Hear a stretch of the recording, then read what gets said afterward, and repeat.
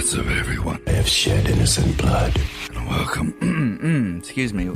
Sorry about that. We all go a little mad sometimes. What's up, everyone, and welcome back to the Forward View. This is Season 3, Episode 34, and I thank you all for tuning in once again. Now, this is the final episode in the October Halloween series where I review movies chosen by my followers. Now, over the past month, you all chose American Psycho, Scream, Us, Psycho, and now we are going to look at the absolute classic Halloween. Now, because this movie shares the title of the series, what better way to end it with the discussion on the famous film that changed the slasher genre forever. Now, I know in my last episode I said that Psycho is the slasher film. Now, I think that this film definitely establishes a lot of the type of slasher movie, because Psycho is very different type of slasher movie because it's more of a psychological thriller, whereas this one is very quintessential when it comes to the slasher genre. But before I go any further, I know I talk about this at the end, but then data shows that most people skip over that part. So I do want to reiterate the importance of leaving reviews on your favorite podcast service, because those reviews really help me grow and improve. A lot of you have talked to me offline, but I do really appreciate the reviews that already are out there. If everyone could just continue doing that, or letting me know any way that you think that I could grow and make this more entertaining, feel free, and I'll look at them and I'll grow as such. So anyway, before we get to this film review, I do want to tackle a few other things. So I am going to discuss updates to my movie collection, and also another thing that I learned about nits on a 4K image. So stay tuned.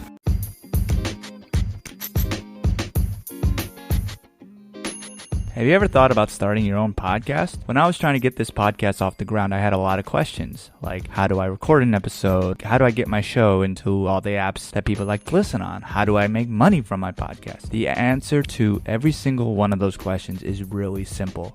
Anchor. Anchor is a one-stop shop for recording, hosting, and distributing my podcast. And best of all, it's absolutely 100% free and ridiculously easy to use. And now Anchor can match you with some great sponsors. That means you can get paid to podcast right away. In fact, that's exactly what I'm doing right now. So if you've always wanted to start a podcast and make money doing it, go to anchor.fm/start to join me and the diverse community of podcasters already using Anchor. Again, that's anchor.fm/start. And I can't wait to hear your podcast.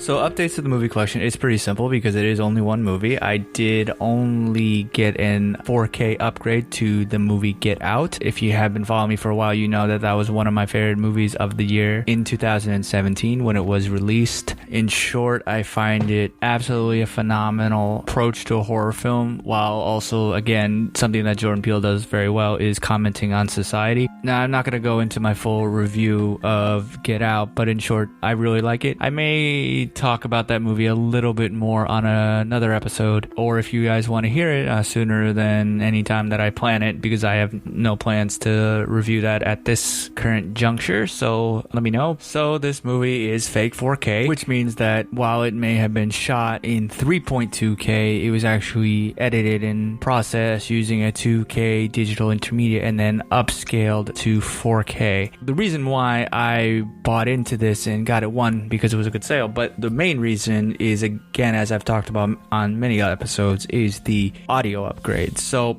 on the original Blu-ray, there is a DTS HD Master Audio 5.1, which is good, don't get me wrong, but the 4K Ultra HD disc has DTS:X, which, as I've covered before, is the equivalent to Dolby Atmos from DTS. And so this is kind of something that I'm really excited for, because one of the things that's really cool about this movie is the score, and that's similarly to Us, is seeing this with this new track I think is going to be extremely fun, because frankly, Jordan Peele is the one that got me in love with Dolby Atmos, and DTS:X is basically the exact same thing. So I'm really excited for when I will be able to finally experience that in a few weeks. So the thing I learned about 4K is about nits. Now, I kind of got a basic idea of what it is thanks to the HD TV Test YouTube channel, and he kind of was able to explain it a little bit. So I kind of want to express what it has to do with obviously 4K watching. So a nit is the amount of light spread over a square meter. So if you kind of look at a box that is about 16 inches on each side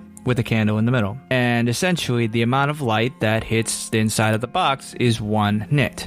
So why does this matter when it comes to how you watch movies? So in normal cinemas, these theaters usually get as bright as 50 nits. And if you have kind of an older television that doesn't have any HDR on it, it probably goes in between 100 and 400. Plasmas would be on the low side of it, whereas high-end LCDs would be on the higher. Today, a lot of modern TVs can go over 1500 nits. And this is probably going to keep on going up and up and up. And why this really matters is how nits have an effect on a screen or a television's use of HDR. Because HDR, again, is to support the increased light capability so that the displayed images look more like what we would see in real life. So the main thing is to look at nits in lumens. And lumens is a little bit different. It describes light output. The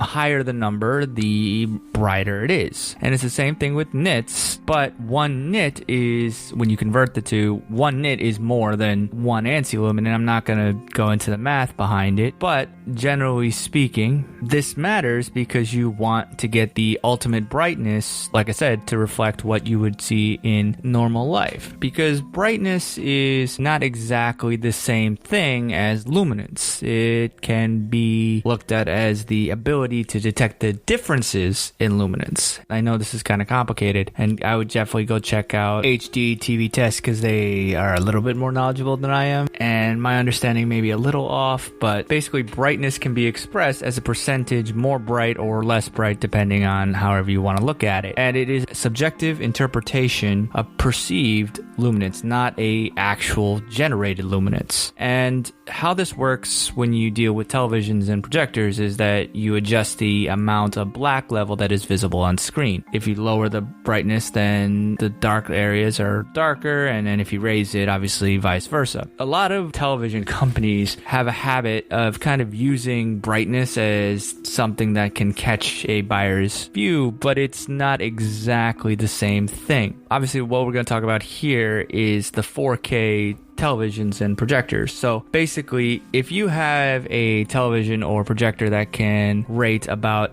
500 nits, that is a modest HDR effect. So if a television that has 700 nits, you'll get a better result. So if you're looking for the best possible result, 1000 nits is the official reference standard. And top tier HDR televisions go to about 2000. And so essentially what this means when you are trying to analyze if a certain movie can give off a certain amount of nits. Now, this information is out there on the internet, and honestly, there are expensive devices that can actually measure this, which I don't have personally, but you're not going to know how well your television is doing without the numbers. So again, you can look up what a movie's nit value is and how bright it needs to be. And this is important as we are entering the holiday season, where obviously Black Friday is coming at the end of November, where obviously there's a lot of good deals when it comes to televisions. Now, you can obviously buy a $200 television, and yes, it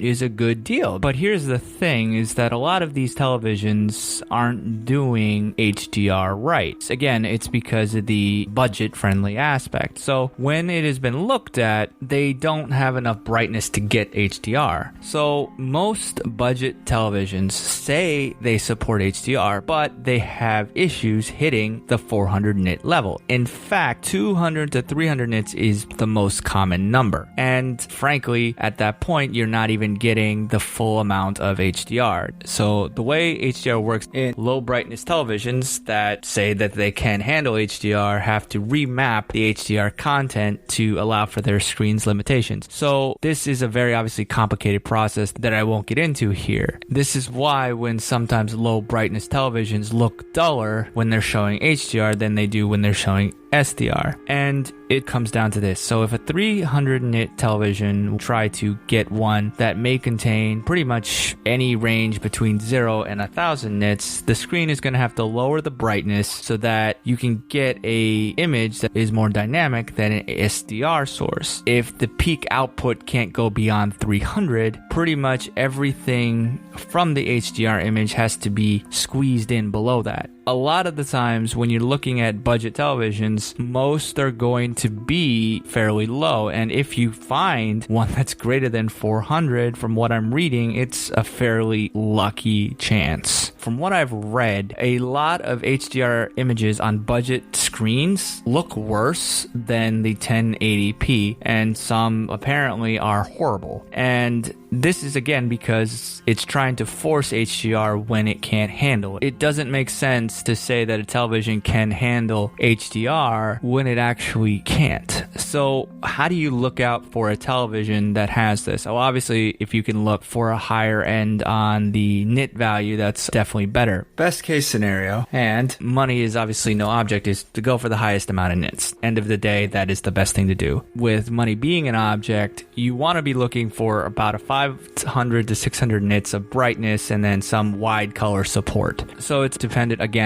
on your budget, but it's better to go for a mid-range LCD than a cheap model, because the mid-range will do slightly better, especially if you care about 4K. It will look better, and then when you can look into these more mid-range but yet affordable televisions, you can also look for Dolby Vision, HDR10, because these are a little bit more updated. But from what I've been reading, only some TVs from Vizio and Panasonic, Philips, TCL, Hisense are the ones that currently support both. So when you go to the other ones, they may not have it. Now, again, the best thing is try to look up reviews before you buy them. I know this is hard for a lot of people, but you kind of need it, honestly. And that's why I did it when it came to my projector, because when you convert the lumens, one nit is basically 3.426 ANSI lumens. So if you do the math, my projector has 2000 ANSI lumen output, which is about 584 nits. So it's definitely above the standard for when it comes to a lot of televisions. Luckily, it does have HDR10. So again, the ideal is about 500, 600 nits. You need to understand how 4K works for you to get the best picture. And at the end of the day, that's what matters. All right, now, so back... Oh, I actually forgot one other purchase that I got this week. The reason I forgot about it because I purchased this a while ago, but I got it only recently. So I got the Criterion Collection version of last year's Parasite. Now, Parasite made history at the Oscars last year. Well, the beginning of this year, by becoming the first foreign language film to take home Best Picture, Best Director, and Best Original Screenplay, and also Best International Film. And in my opinion, it was the second best film last year, next to Queen and Slim, but because that film wasn't even nominated for anything, this film was well deserving of all awards that it got. It actually is quite horrifying and similar to, honestly, Jordan Peele movies that I've talked about in the past episodes. It discusses very insidious forces of class and capital that divide the society's people, but I'm not going to go into a full review of that film here. So this was my first ever Criterion Collection movie. Now, why did I get this one and not the Ultra HD disc? So according to the accompanying booklet, this video reportedly comes from the same 4K digital intermediate used for the Ultra HD edition by Universal Home Studios Home Entertainment. This intermediate was approved by Bong Joon-ho and cinematographer Hong Jong-hyo. The files were struck from the original 6.5K digital source. It also has the Dolby Atmos track, but that is on the normal 4K Blu-ray as well. But my personal reason for picking up this is the black and white version of the film, which also has a Dolby Atmos track. Now, this is the only way to get this version of the film. And I have really liked the first two movies that I've seen in black and white. Obviously, the first one being Logan, and I think actually that is a superior film. And similarly with Mad Max Fury Road. And so when I found out that this is the only way to get it, I had to purchase it this way. And Junho also has been a big supporter of the Criterion Collection. So I trust that this version is one of the best versions of the film. And it's not a high action movie, so having the 4K aspect or HDR isn't as needed. But because there's a special black and white version, I feel that it's definitely a better purchase. Anyway, now on to the movie at hand. So let's sit back, relax, grab your drinks, and let's discuss the movie.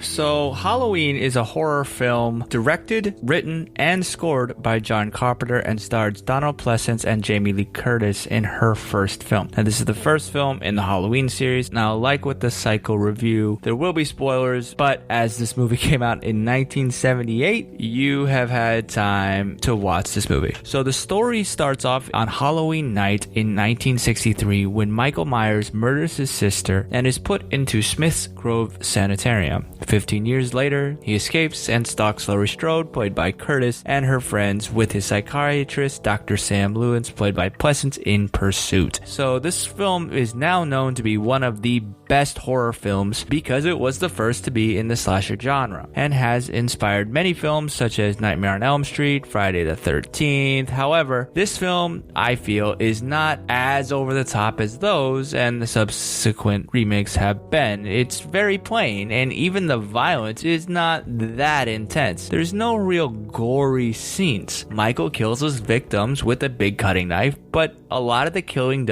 are done out of frame, which makes the film feel very grounded. So the main structure of this film follows a Tsvetan Todorov, sorry if I'm mispronouncing that, narrative theory. And this basically states that a plot follows the same 5-step pattern. The first is equilibrium, which is a happy beginning. The second part is a problem or something disrupts the story. The third is when everyone realizes the problem and chaos ensues. The fourth is when the characters attempt to repair the damage, which then leads into the fifth and final stage, which is equilibrium again. Now, while this film is very simplistic, Carpenter is able to keep the entire film gripping, and he does this with his use of foregrounds. He's able to establish the scene and then pan to something unexpected like a door or something else completely. Carpenter is also able to use sound brilliantly. He's able to create tension using only music and Michael's breathing. The music crescendos in a way that really copies how a viewer's heart rate would be. This allows for the viewer to feel on edge and uncomfortable the entire film. And Carpenter creates this story that is fairly grounded and feels real. And this is one of the reasons why the film is so thrilling. It puts the audience through this kind of nightmare of suspense and kind of uncertain dread, and is able to look at humanity's primitive anxieties of the unknown and then really exploit them. And a lot of films during the 1970s had audiences debating over many different films' ambiguous endings, because when a film didn't give a clear answer, it kind of freaked out the audiences. That may or may not have been due to the presidency of Richard Nixon and the Vietnam War. This included Spielberg's Jaws, Scorsese's Taxi Driver, Kubrick's A Clockwork Orange, Polanski's Chinatown, Coppola's Apocalypse Now, One Flew Over the Cuckoo's Nest, and many others. Furthermore, this is precisely what Michael Myers represents. He has no motivations, no real reasons for killing that the viewer knows of. He studies his victims, watching from a distance, and even when you don't see him on screen, it's almost like he's still there watching you. One may guess that he's somewhat human, as he is made of flesh and blood, obviously, but then at the end of the movie, he's shot 6 times at close range and then still survives. So he's pretty much been able to get through every known mechanism that an average person in the 1970s would use to keep them safe. He escaped a mental institution. The law can't do anything. Parents aren't there. And honestly, as the film puts it, it's the boogeyman. And this type of creature has existed in history for hundreds of years, usually used by adults to frighten them into good behavior. Learn your rules fools. You better learn your rules. If you don't, you'll be eaten in your sleep. Multiple times in the movie, Michael Myers is a character that is denied to exist, and even in some ways, he doesn't exist, as we never really see his face behind the white William Shatner mask. It could even be said that he shows how much society in general is so tied down in their own lives that they would completely not even see someone like Michael until it was too late. And because a lot of times in this movie, he slips right past them, as we see him so obviously because we're looking for him. The audience knows he exists, and we act as a fly on the wall of a room. We see each movement he makes to observe and then take down his victims. What's really interesting about this movie is that it is debatable if Carpenter knew that he would create this iconic monster when he made the film. Initially, he was offered to make a film called The Babysitter Murders, which, as the title suggests, was about babysitters who were murdered by a mass killer. Carpenter obviously agreed to this, but because of the premise of the film took place on Halloween night, not because of the actual story that they had, because he wanted to return the holiday from a family-friendly night where children receive candy and move it back to a scary and creepy aspects of Halloween was known for in history. And it's thought that today's Halloween costumes are from Celtic-speaking countries that had pagan roots. It's typically linked to the Celtic festival of Samhain, sorry if I'm pronouncing that, which is celebrated from October 31st to November 1st. It marks the end of summer and the harvest, and then the beginning of the dark, cold winter, which is often associated with human death. Celts believed that the night before the new year, the boundary between the worlds of the living and the dead became blurred. So on October 31st, they celebrated this when they believed that the ghosts of the dead returned to Earth. They would then dress up in what we would call costumes, as they believed that it gave them this heightened ability to communicate with the spirit world. There were also people at this time who did not agree with this, but they were so afraid that they used costumes to blend in and fake out the spirits. And one can easily see how this inspired today's viewing of costuming up, but obviously without the fear or spirit communication. So one of the more interesting things that I discovered while preparing for this episode was where jack-o'-lanterns came from. The Irish have this myth about this drunkard named Jack. So one night, Jack trapped Satan in a tree by hacking a sign of the cross into the bark. So in exchange for letting Satan down, Jack had him vow never to claim his soul. So then, Jack proceeded to be a jerk his entire life. When he died, he wasn't allowed into heaven, and Satan upheld his end of the deal. Satan then threw a piece of coal from hell at him, and Jack placed the blazing coal in a turnip to use as a lantern to find his way. The dead man then set out on his journey to wander the earth until he can finally find his eternal resting place. Honestly, these are the stories that I love during this time of year. They're slightly creepy and give this feeling of someone watching over your shoulder, and sometimes you may even have to check, even though you're still somewhat confident that there isn't anyone there. It's like squishing a spider under a book. It's going to be really gross, but I have to look and make sure that it's really dead. I will say I love dressing up each year, but I also love the scary aspects of this year. I love going into a haunted house outside of the pandemic.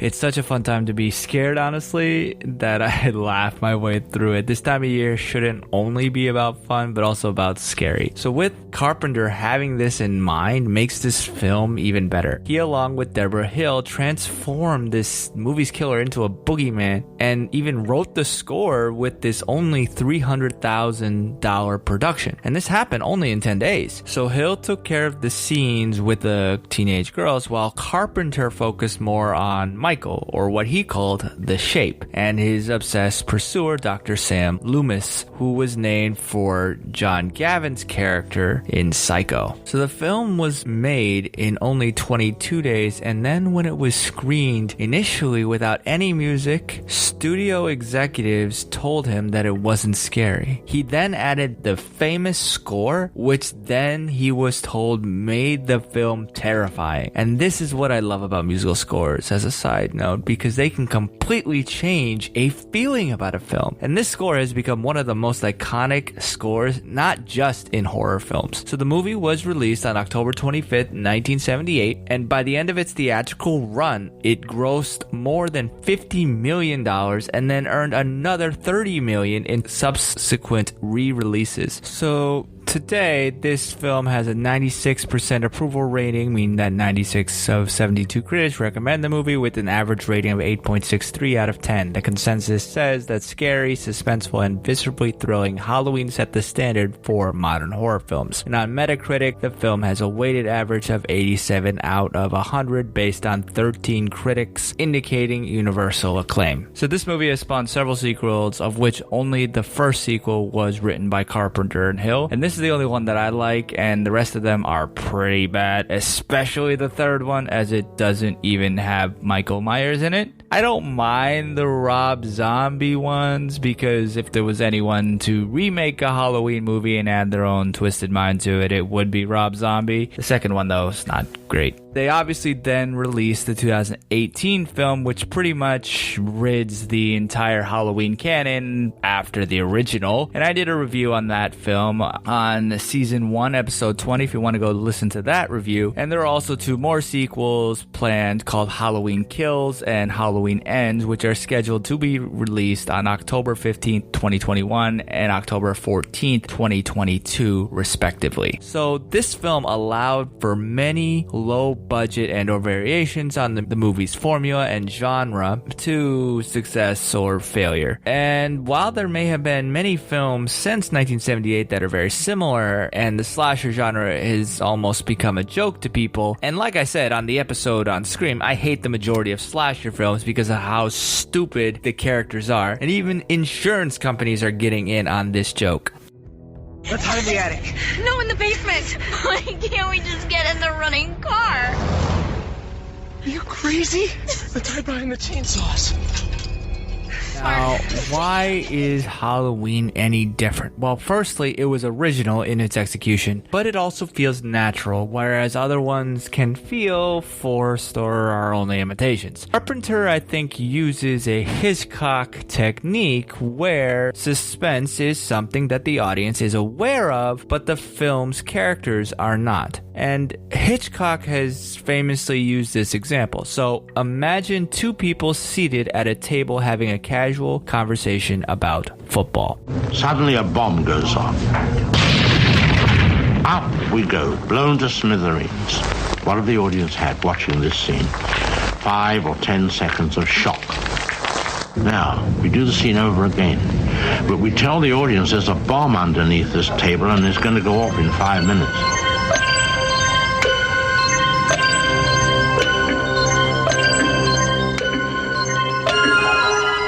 Now, this innocuous conversation about football becomes very potent. They say, don't talk about football, there's a bomb under there. That's what they want to tell us.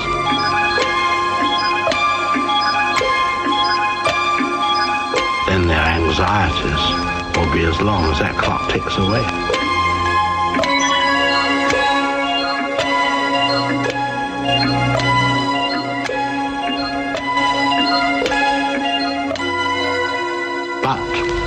The bomb must never go off. In this scenario, it's not the explosion that's suspenseful, it's the waiting for it. This is how Carpenter approaches Myers in Halloween. He has long takes where Michael is stalking his prey. We, as the audience, know that he's menacing and that he is a threat, but the characters in the movie don't. He is seemingly always there, lurking around. And again, this gives this uneasy feeling for the audience, like the bomb.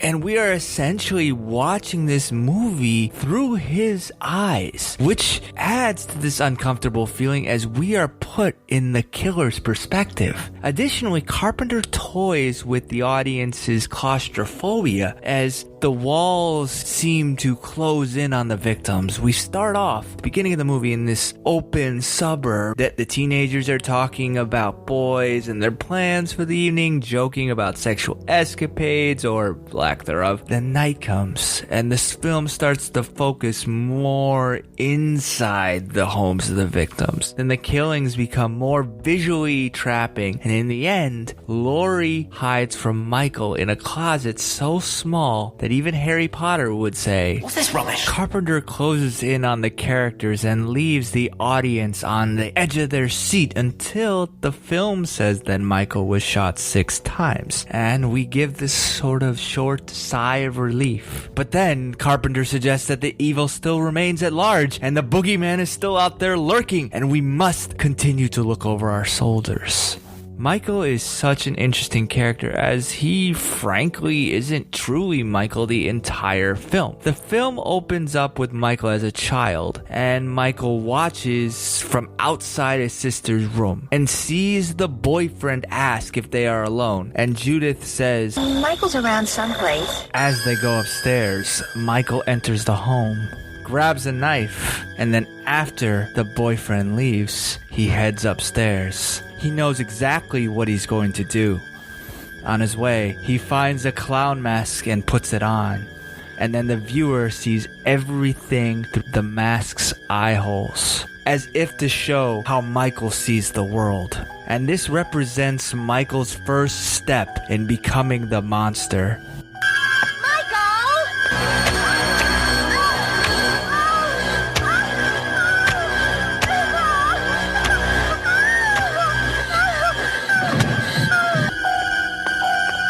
He is not someone or something that can be defined by any known entity. To use statistics, he's that chance that statisticians try to prove away. He doesn't even fall under the typical ideas of death. The finale of the movie has Michael still at large, and the film's score is the sound of his heavy breathing. This part is absolutely genius by Carpenter, as it puts Michael into the real world outside of the film. All of Michael's victims are just ordinary people, which makes them more relatable and authentic. The audience is introduced to Laurie, who babysits a boy named Tommy. As Michael watches them from his childhood home, he sees Laurie teasing Tommy when Tommy mentions the house being haunted. Laurie's supposed to be this responsible person, but he sees this young boy being mocked by his protector. He has now marked his first victim.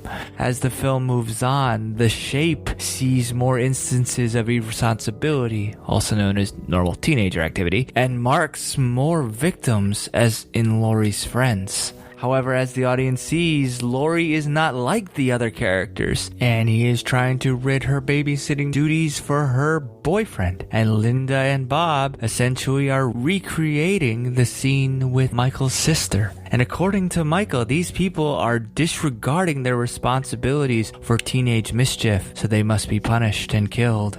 Why is Laurie able to survive him? Because she has acknowledged her responsibilities. She is our hero, and that really shows what this film is about. Responsibility. If you're a responsible person, generally speaking, the repercussions will be less for you than that of a non-responsible person. No one named Michael Myers or otherwise will be coming after you. If you don't, you'll be eaten in your sleep.